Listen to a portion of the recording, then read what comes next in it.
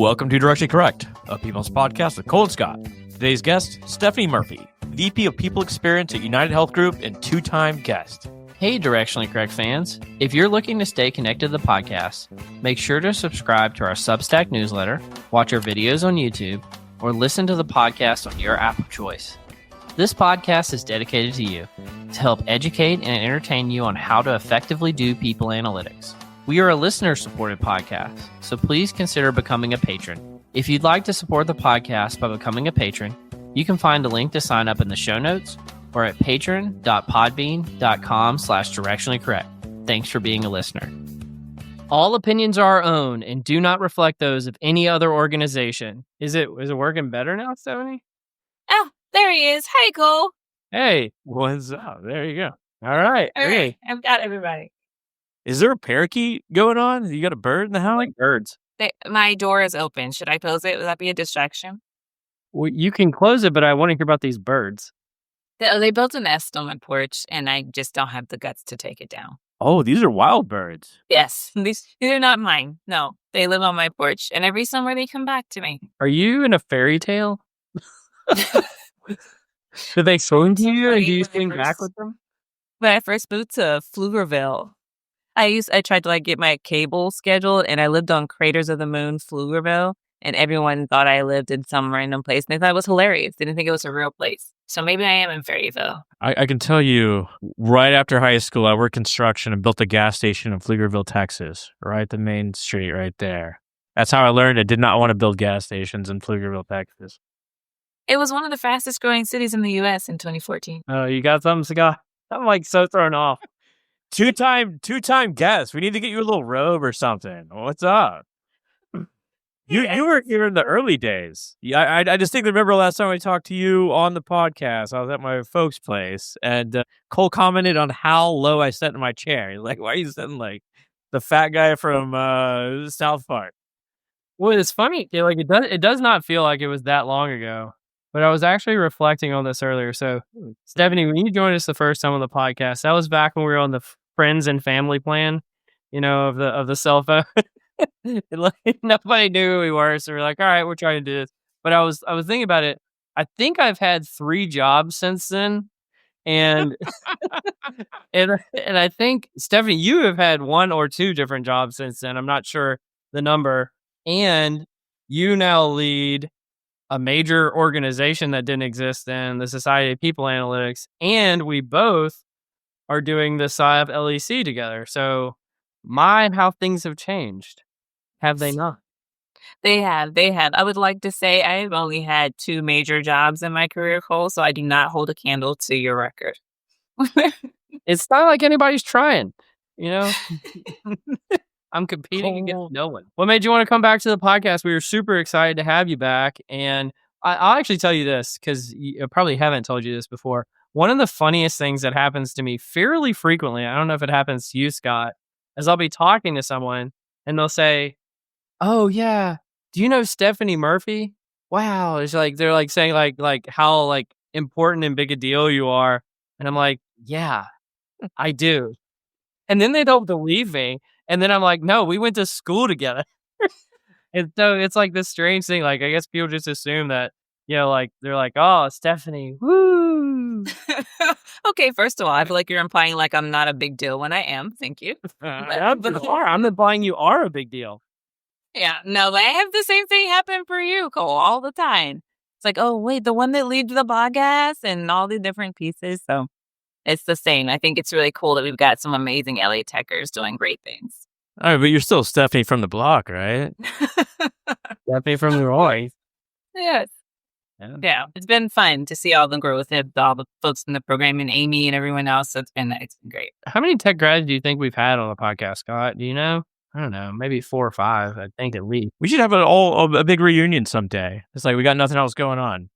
Well, that should be a podcast. Get all the LA techers on one podcast. Honestly, we've tried multiple guests at a time. It's just a fucking disaster every time. Yeah, it really is. See people talking over each other, or not. Or you could be opposite, no one talking. Yeah. Well, you wouldn't have a problem with that, Kurt. No, you wouldn't either. I think about it. We were actually talking about this before we started recording. Is a PhD program is such a weird time in your life because it's so small, like there's so few people, and you didn't actually choose those people to be around, and it's over such a long period of time with massive durations of time spent with them.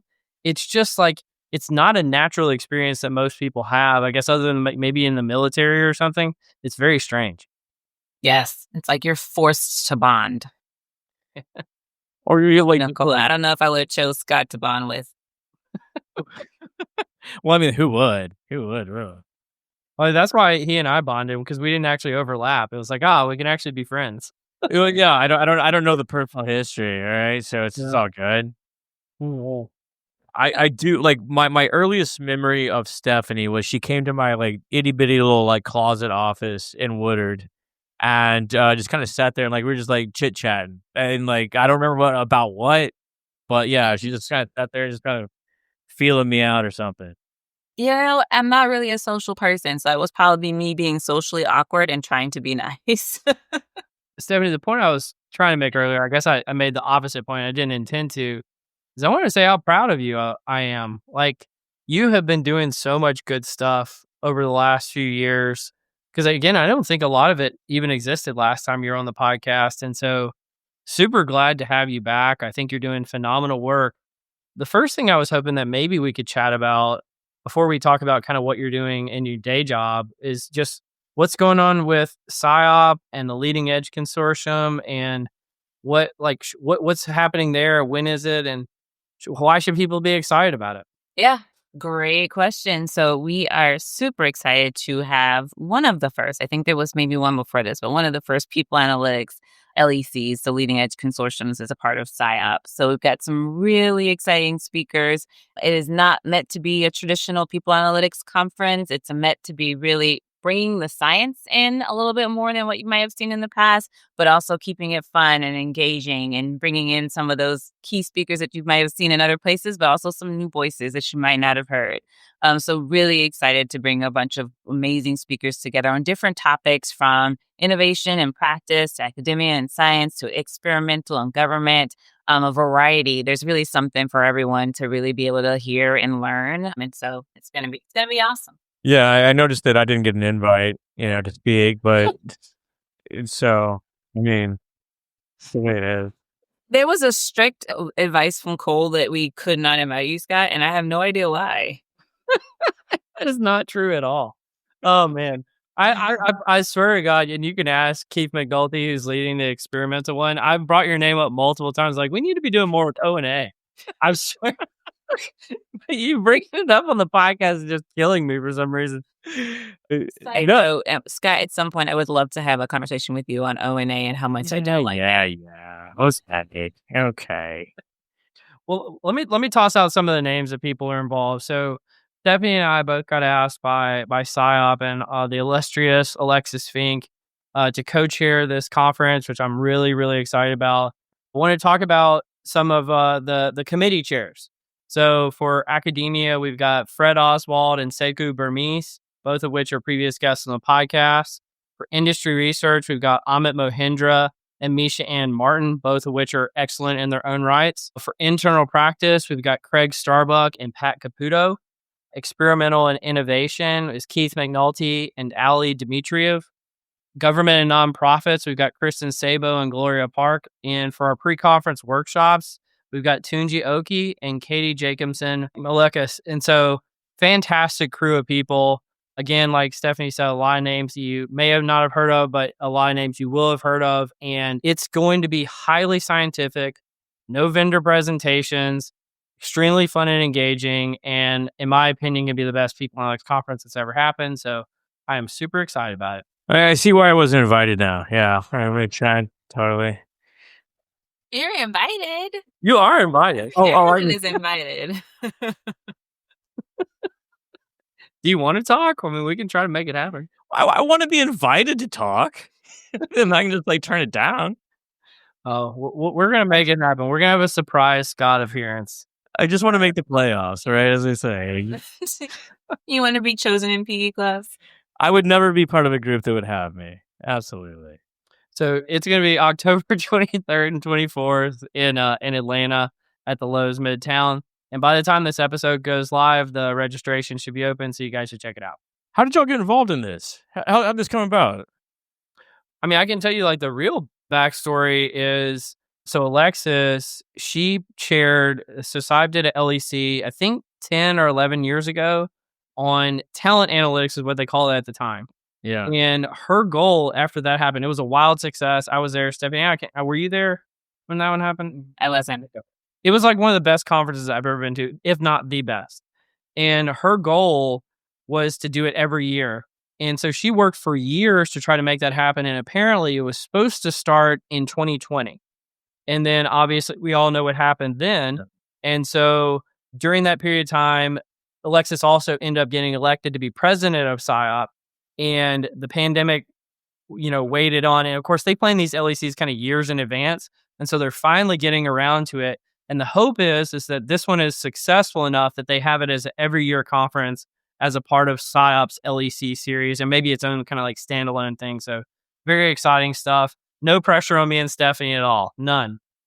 I mean, that's really cool because like SIOP, obviously it's once a year and it's a little bit hit and miss, right? Like you go to sessions and sometimes you're sold a bag of goods that isn't really there, right? You got various levels, but like these are like heavy hitters. It's going to be really good. I just thought about it as like, okay, we've all been to a lot of conferences over time.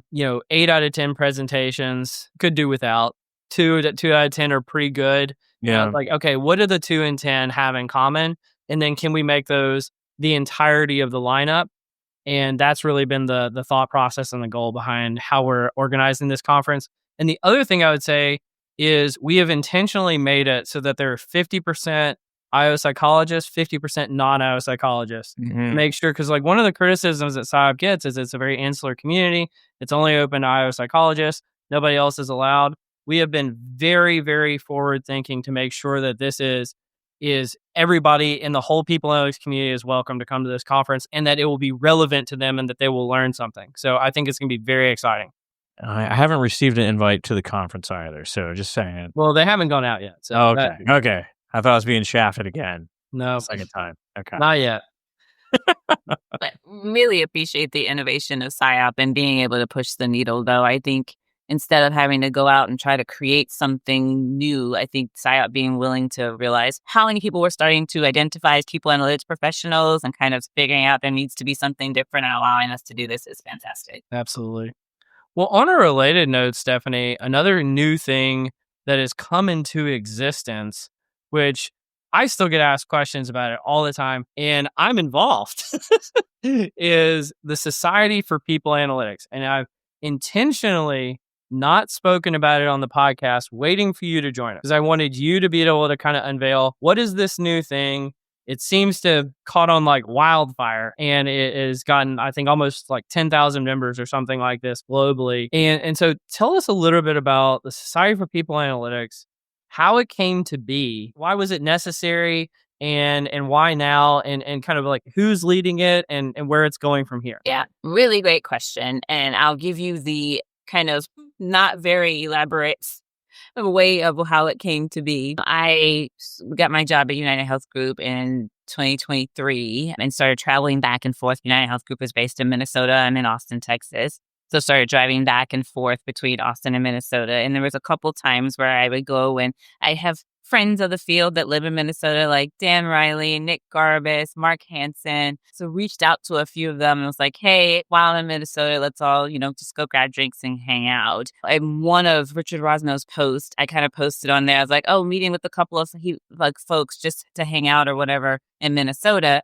And Richard, in true Richard form, made a post about it, included it as like a meetup. And I was like, this is interesting. And so I ended up starting the Minnesota People Analytics meetup, even though I live in Austin. And so we had our first meetup. We had a huge turnout of people.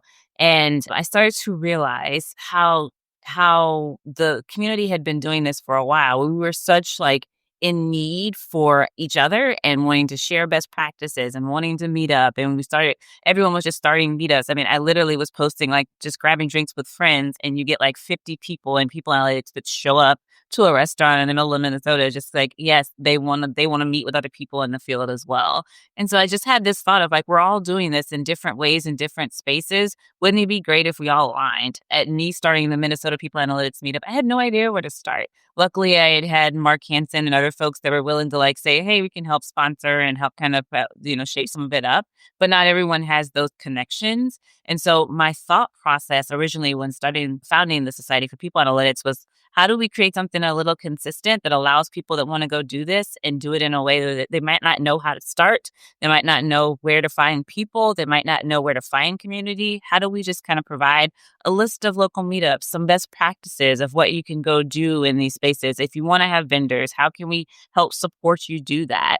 So it was really out of my own learning of starting the Minnesota one of like, there's a gap that we could fill here to help support people that want to do more. And the community is so hungry for it. And so we noticed this when we launched the Society for People Analytics in August last year. Within 2-3 months, we were at 5,000 members, and now we're at almost 9,000. So just the growth of the community and the wanting to share and willingness to be a part of something bigger is just something that people as professionals really love.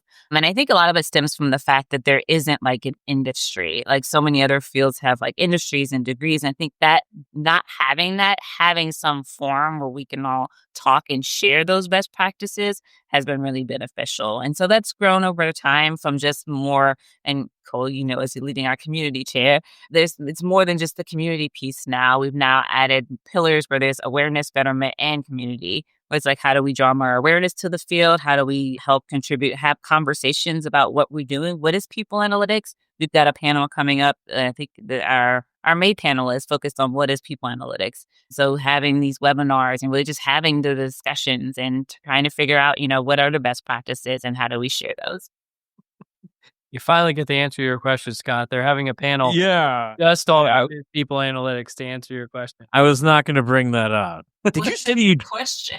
What the fuck is people analytics? Like everyone has a different idea. Everyone does. Yeah. Did you say you drive from Austin to Minnesota? Oh, no, not drive. I go back and forth. Did I say drive? I thought I heard drive, and I was like, wow. I mean, like I-35 runs both ways, but damn. It does. You can drive it out through I-35, but no, I fly. Sometimes I use planes as commutes. I'll fly in the morning and fly bike in the afternoon. Oh my gosh. That's insane. I was just thinking like the reason why 50 people showed up to the meetup is Minnesota gets very cold in the wintertime. And they need somewhere to go to huddle together for warmth like penguins. Everyone, let's go to Chili's. I will say I was there last month, and I walked outside my hotel to go to the office and stepped in a foot of snow, and I walked back in and booked the flight and flew right out. It was miserable. I can't do it. Oh man. Have y'all ever lived up north? I lived in Chicago for a little while. I mean, if you consider that north. It gets cold in Chicago. Yeah. It's not Minnesota tundra cold, but it is cold. Yeah. But have you, Scott?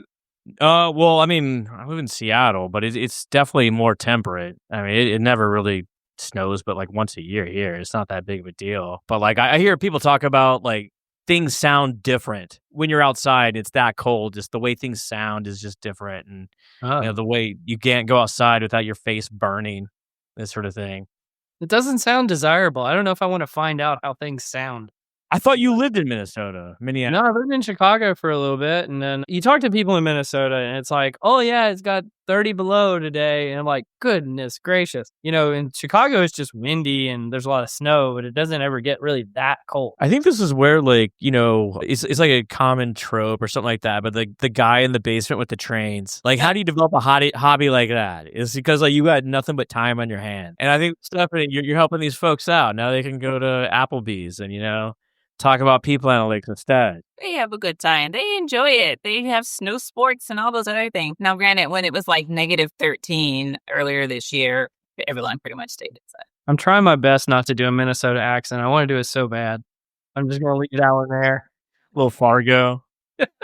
Fargo. Man. Well, I mean, the same's true in Texas as well. Like in Austin, it'll get up to like 115 every so often. Like, you just stay Yeah. inside, you know? You know, they say it's like dry heat, though. Yeah, You know? shit. Yeah, right. I love the heat. I love Texas heat. Yeah. Well, Stephanie, I also wanted to ask you about your new role. And I want to talk about this delicately, obviously, because, you know, your organization went through kind of a very traumatic thing that happened recently. I don't even know if I want to mention what it was, but everybody who's watched the news probably knows what happened with your CEO and everything. As a person who's in the experience space, how did you navigate that as a professional? And you know, what kind of role has crisis management played at the firm over the last few months? And if you're okay talking about it. Yeah. So I'll answer your first question on my new role. And so this probably, Scott, it actually ties to your question on what is people analytics. I don't know if my role technically by definition would be considered people analytics. So just depends on what your definition is. I consider it people analytics, but I lead people listening and experience. So that's everything from our employee engagement surveys, all of our pulsing surveys that we do. We do a lot of focus groups and listening sessions, and we do a lot of like passive listening. And so we combine all of those different insights and provide reports out to our senior leaders on all of the different, using all of our different listening mechanisms. I'll allow it. Okay, thanks. I appreciate it because there's a little people thin analytics. line there, right? Technically, we merge those insights into a report, which is the analytics part. It's how I get away with it. Can I tell you something funny there, Stephanie? Because I literally wrote a book titled People Analytics, and the definition I use for people analytics in the book, as I said, it's whatever people who do people analytics say people analytics is. Oh, Lord. It's such a cop-out answer, but that's An accurate definition right now. I feel it is. I the way that I usually say is anybody that uses data to drive people decisions. I think that's fair. That's fair. because you Should could argue literally on be. the podcast, Scott, if you went with like some really hardcore definition, only one of the three people that are on right now do people analytics anymore. Yet I wrote a book on people analytics, and Stephanie leads or is the executive director of the Society of People Analytics. Yet neither of us technically do people analytics. And that's a really strange thing unless you take my definition, which is the best. Well, it's what you call it, tautology, right? Where it's like just kind of a Circular. circular definition. Yeah. Like when we were at SIOP, I threw out the idea that IO is a subset of people analytics, and that got the groans from the crowd for whatever reason. It did. Why not? Why would you say that?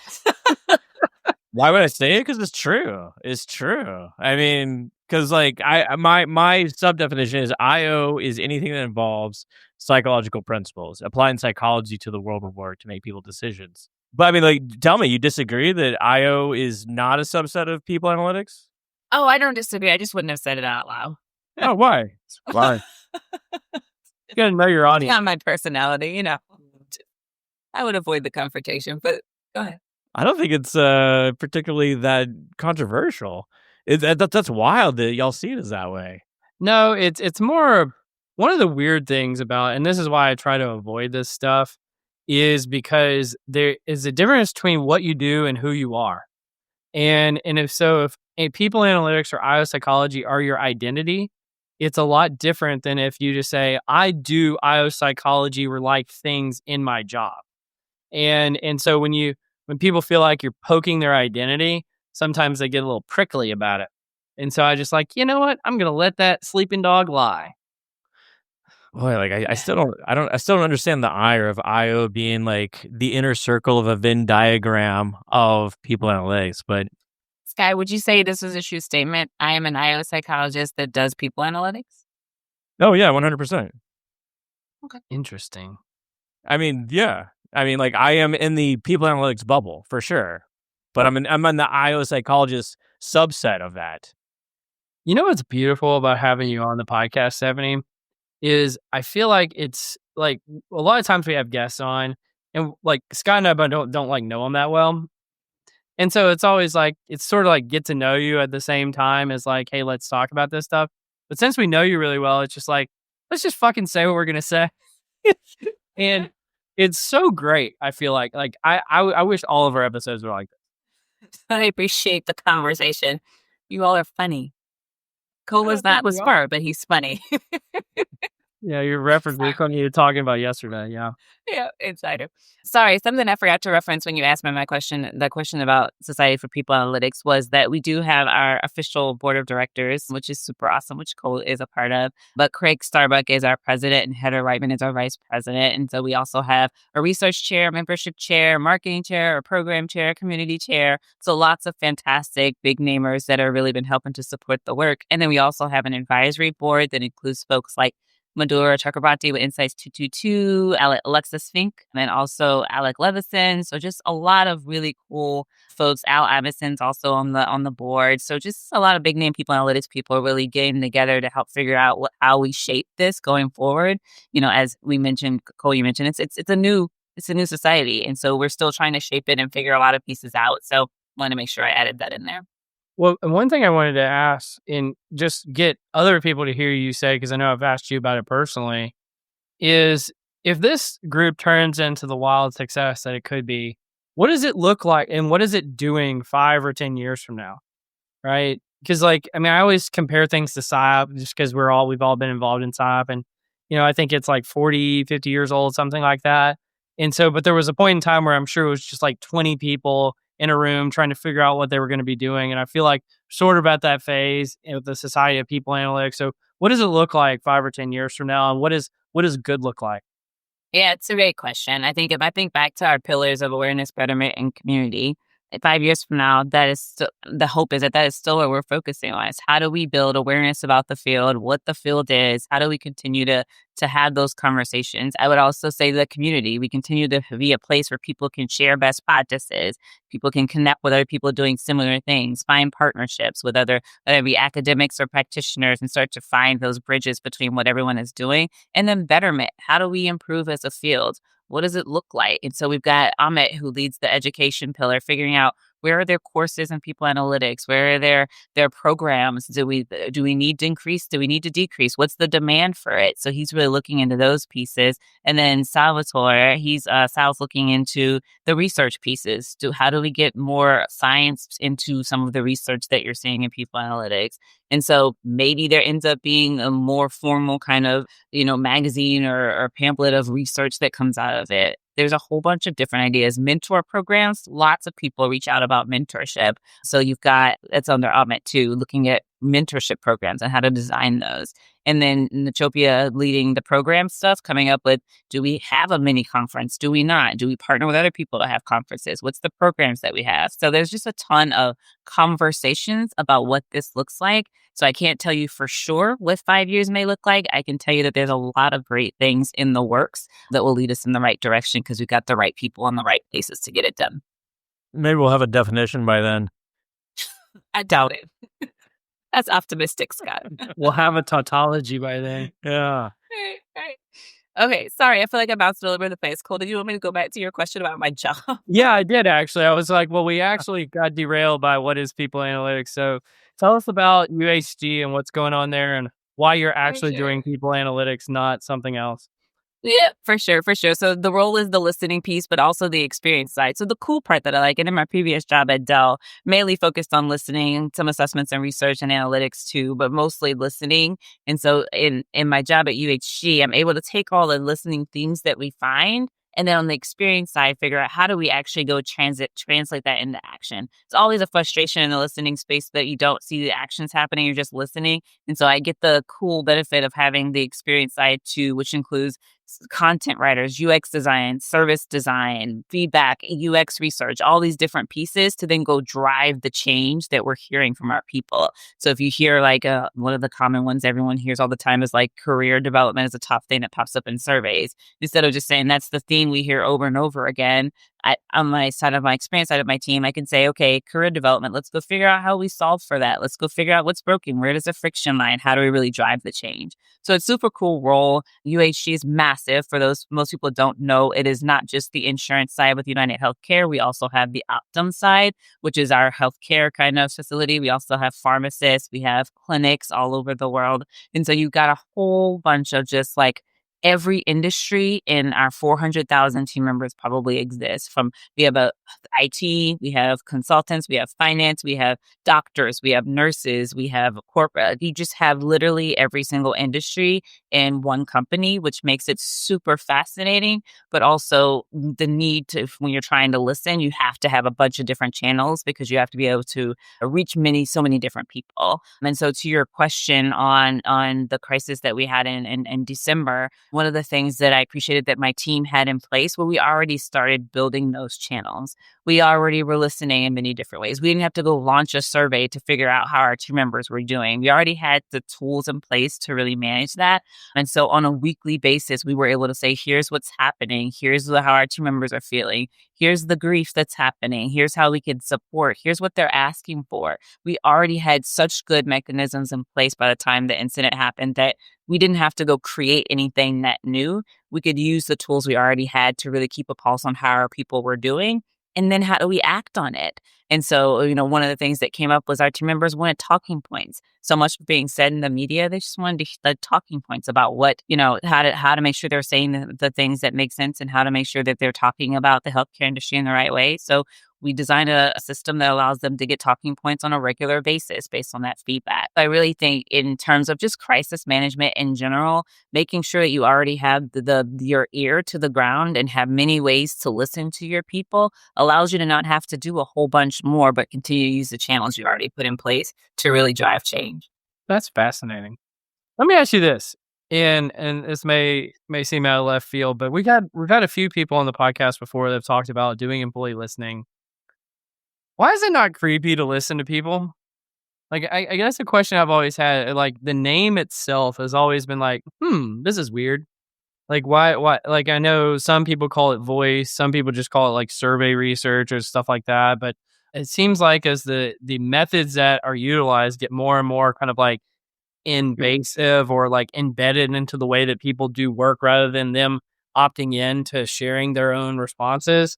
Why is it not creepy that we do this? I think it's only creepy if you don't do anything about it. I don't think people mind as much if you're listening to them and you're changing and you're trying to make life better for them because you're listening. I think if you're listening, you're not doing anything, that's when it gets creepy. But from what I know, just being in the field of listening for way too long, I find that people don't mind you asking a whole bunch. Like there's survey fatigue thing I find to be bogus. You can ask 1,000 surveys if you want to, as long as you do something about it. People will keep talking to you. If people find that you're listening to them or you're reading, like, I don't know, their posts on the internal platforms or whatever, and that you're doing something about it, it feels less creepy than if they just find out that you're just listening just to listen. Scott, you want to do some confusion matrix? Let's do some confusion matrix. The confusion matrix. Stephanie, the choice is simple. We're going to do pick a number, 1 through 3. 1, 2, or 3. Pick a number. 2. Oh, okay. Who is your glow up of the year? Who's had the biggest glow up over 2025? Can we define what a glow up is? Yeah, come on. Y'all got to like channel your inner Gen Z, Gen Alpha. And it's also only May. Oh, okay. Well, we can move on to the nerdery. I could. Well, I mean, I would say, I actually don't know. I would say probably my child who grew like 5 inches in the last year. My God. I mean, that's pretty strong. Yeah. Mm-hmm. Is He's that like what size glow up 14 means? shoe. He's massive. Got facial Not hair really. now. Glow up He's is got like when facial hair. He's Right. got little girls coming around. he's got girls coming around. It's like a macho thing. Muscles are starting to form in his arms. That's glow up, right? How do you handle that as a mom? Like going from like your little baby, like in the house. Oh, he's absolutely still my little baby. I don't understand that question. Do you like protect him from like the little girls coming around? It's okay. This isn't my kid. He's probably gonna be so mad at me. So he's had girlfriends since he was like in the 3rd grade. So the girlfriend being around is like literally his first girlfriend was in the 3rd grade. So she's the one swatting the other girls away then. Right? Maybe she is still around. Yeah. Do we have another one, Scott, or? Well, I mean, you can pick another number. I don't know. Like I would say that Stephanie is probably my biggest glow of 2025, even though she says it's only May and we haven't had enough time to really do this. Like you're really coming up in the people analytics community. See you coming up on LinkedIn. She is the people analytics community. You could argue. What? That's a big statement. You're the executive director of the society called People Analytics. I mean, I feel like there's it's not that big of a Right stretch. there. But Craig is the president, to be clear. Who was elected by the executive board led by you. Fair. He was nominated first. Yeah. Sure. Well, I still want to know. I'm using context because I sincerely don't know what glow up means, so I'm just using my Glow up, like you were down in the dumps, and now like you're at the top, baby. Who's been down at the dumps? I don't know. It's a tough one. It's a tough one. Granted, Yeah, I'm trying to think. Are we like thinking like pop culture? you can do whatever you want. I don't care. Just trying to make conversation, but obviously, Okay, I've got one, and this is gonna be very controversial. let's do it. Nickelback. Okay. Yes, I could see this. Talk So- about a band that was not there. They were like the dregs for a long time, right?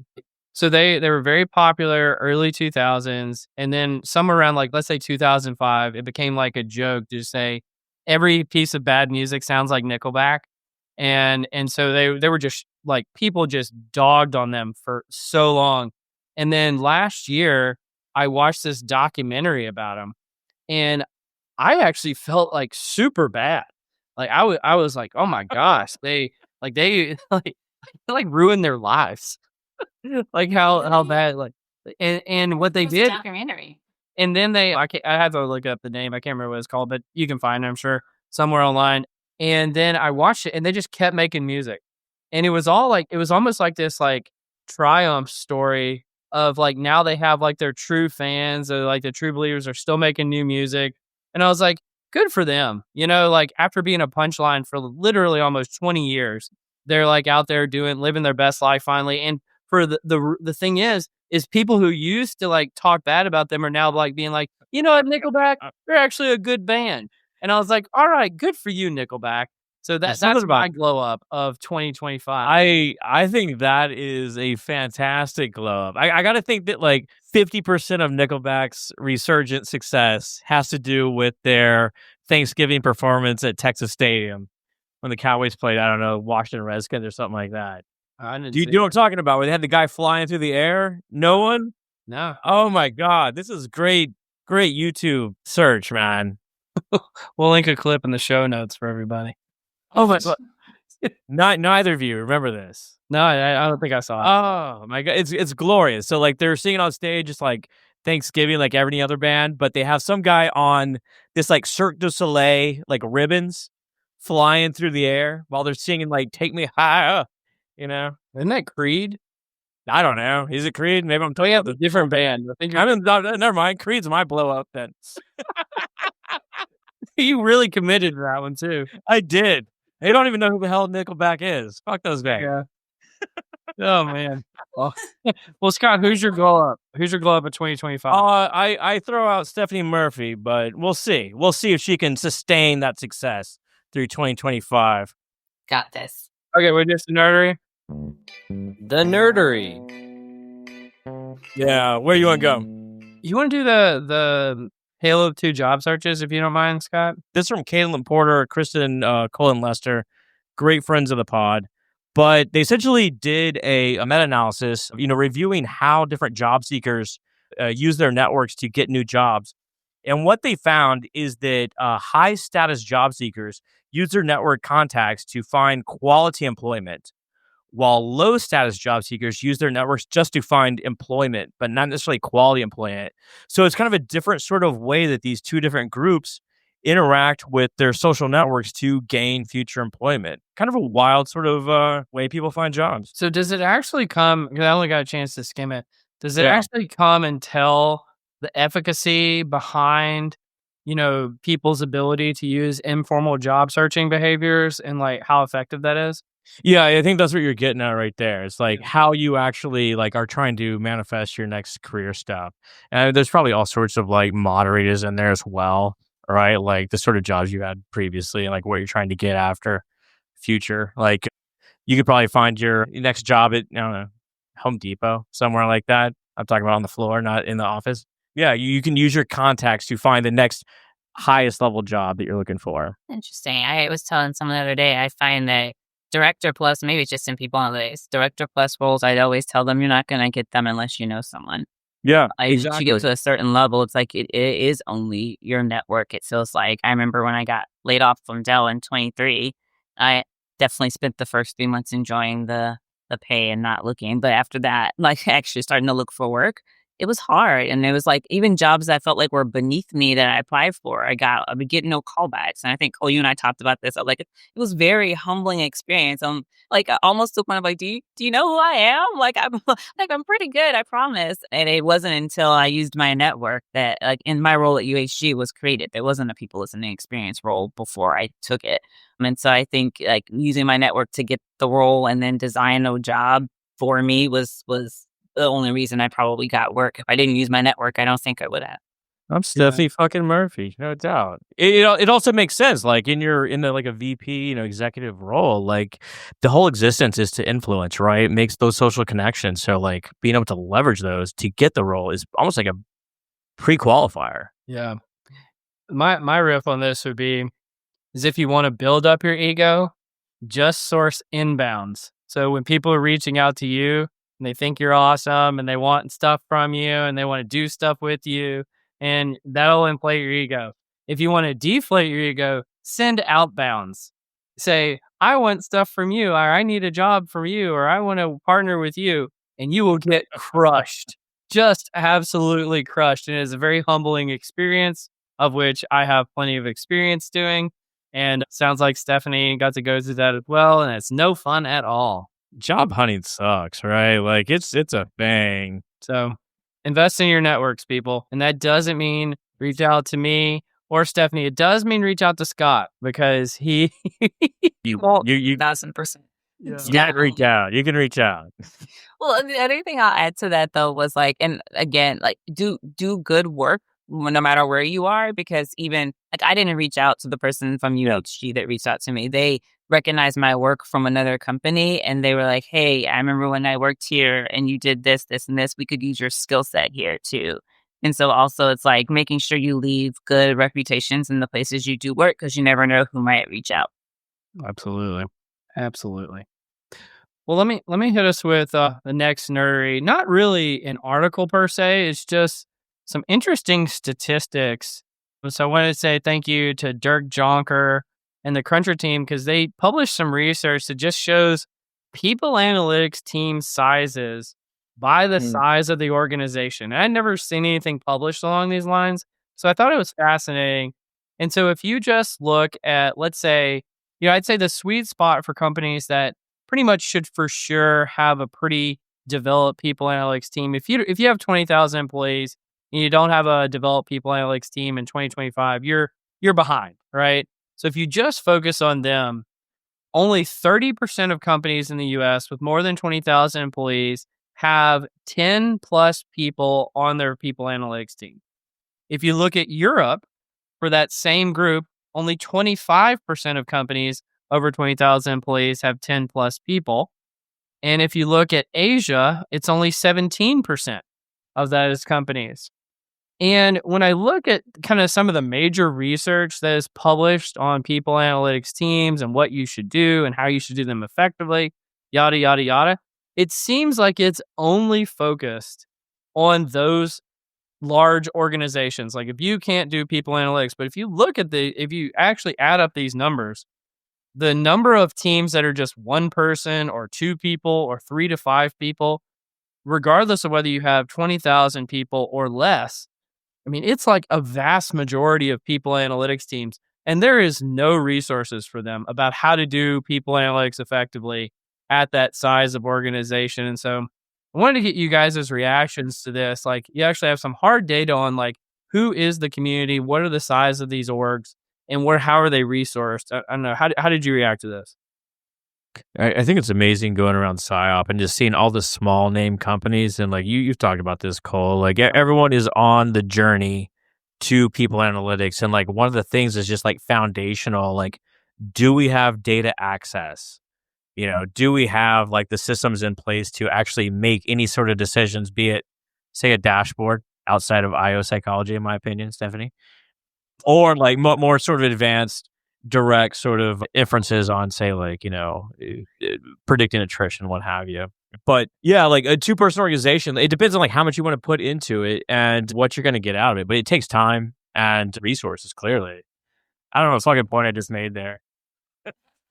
I think two things came to mind for me. I think I was at Unleashed this past week, and I was talking to some vendors in the expo, and there was just, a wide range of really big ones to really small ones. But I also feel like it goes to show you the importance of having those small vendors. Like, not everyone can afford some of these really, really big ones. Seeing the sizes of these teams, being able to have like smaller kind of HR tech companies is really critical that are affordable for some of these small teams that want to be able to do more advanced analytics, but they are small and then need the capabilities. So even for the bigger companies, making sure they have solutions for smaller companies, it's more and more important that when you're looking at those numbers, that there's way more small teams than big ones. So how do I make sure that they have the technology they need to be supported? And the other thing that comes to mind is probably the sense of why we have such a need for community in this space. If you're a one-person team, you need other people to be able to help and give feedback and best practices because you're doing it on your own. I don't know how many times I've been in conversations with folks like, hey, just starting up this people analytics team from scratch on my own, just so you have any, like, where do I even start? And so I think it just goes to show the need for community too. I love what you just said there, because like these tech companies do fill a void, right? That they fill a gap that, like, if you just have a couple of people, you cannot possibly do this sort of stuff. And I think Cole's on this tip as well. Yeah. Well, I think about it in terms of, we always focus on, what are the biggest companies doing or what's the most sophisticated thing that you can do. And I think there's a room for like what I might call like a best of the rest type of award that's missing, right? Like, who's really punching above their weight? How are you doing more with less? How are you still innovating with a lack of resources, or you've cobbled together just a little bit of technology and a little bit of this and a little bit of that and some chewing gum and some duct tape and you made it happen. And I think if we invested in terms of having conversations about those organizations, it could go a long way. And so I don't know, that's something I've been thinking about, and I'm glad we got to talk about it. Honestly, that's probably where the fun stuff really happens, where you have all the latitude in the world, because like you have limited resources and you got to be creative, as opposed to like, well, we'll hire 40 more people and like churn them out to increase our Cronbach alpha by 0.003, or whatever it is. Gets to that point of diminishing returns. Oh yeah, just like small incremental advancements. Well, Scott, do you want to talk about some psychotic-like experiences? Well, let's do some therapy. Why not? Why not? What? This is a very cathartic sort of episode. I've learned a lot. This is a longitudinal relationship between internet addiction and psychotic-like experiences among Chinese college students. It's from the Journal of Comprehensive Psychiatry. I don't know why I picked this out, but I thought it was kind of interesting. But you did. So we're talking about it. This says a lot about you, Scott. Does it? That's fantastic. So overall, like, internet addiction predicted psychotic life experiences a year later, particularly unusual thoughts and negative psychotic life experiences. So essentially, they say that internet addiction may be an independent risk factor for certain types of psychotic-like experiences. Overall, there's like an epidemic of like social media abuse, right? And like you just see people like plugged in their phone. I'm not saying this is going to be directly tied to it, but it's a warning factor. I feel like the closest thing I have to this is, you ever like binge watched a show, like a whole season for like 13 hours in one day, and then by the end of it you feel really weird and you're just like, wow, I probably shouldn't have done that. I feel like that's kind of borderline what they're saying here with internet addiction. And if you just imagine doing that day after day after day with just internet, and eventually, you're probably gonna like break a little bit, I would imagine. Well, you come out like a TikTok rabbit hole, like you've been going for like 3 straight hours, kind of get that same sort of thing. I can see that. I binge watched all of the Breaking Bad seasons during my internship at Dell. I somehow still got the job, but it did leave you feeling a little weird.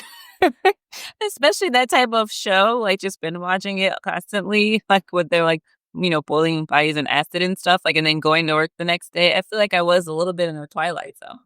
The end of season 1. Yeah, that last episode of season 1 is like, all right, here we go. No spoilers for a show that's 25, 15 years old, whatever it is. Right. No spoilers. But that there can be a correlation there somewhere. But there's probably a reciprocal relationship too. Like the people that are addicted to the internet may be just more prone to psychotic like experiences too. Oh, so you think there's some like reverse causality there? Yeah, and actually, like the betas on this is relatively weak, but I mean, like it's small effect here. A year later, just enough to get published, I expect. But Yeah, I guess you would need like some kind of base rate of how many psychotic like experiences you would expect in like the normal population, and then compare, internet addicted people against the base rate. And is it just like overrepresented in people who were already going to have psychotic experiences? I don't know. yeah, there's other issues to Like play. a pre-post. Give them some type of assessment in the beginning, and then over time as they go through their lives, like maybe like a year later, give them another one and see like if it's shifted or changed. In fairness, that's exactly what they did. It's over a year-long study, but it wasn't a differences the way you're describing. It's just like a straight beta. So I guess just regression coefficient. Well, Stephanie, it's been fantastic having you back on for the second time. Any feedback for us? We need a review or comment card. Yeah. I would like to review this before it posts. I feel like we've been having a conversation and I don't really know all that I was said. And so I want to make sure that I didn't say anything off the wall. But it has been really good. I feel like it's been real casual. So I do appreciate the conversation and the fun articles and things that you all brought up. So it's been fun. Great to see you. Great to see you, Stephanie. You are my glow up of 2025. I will accept that. I'll try to hold up to it as Yes. the year continues. You've been listening to Directionally Correct, a People Analytics podcast with Cole and Scott. And today's guest, Glow Up of 2025, Stephanie Murphy, VP of Experience at UnitedHealth Group and founder and executive director of the Society for People Analytics and the co-chair of the SIOP Leading Edge Consortium. That is the longest sign off I've ever done. Thanks for joining us, Stephanie. Thanks for having me.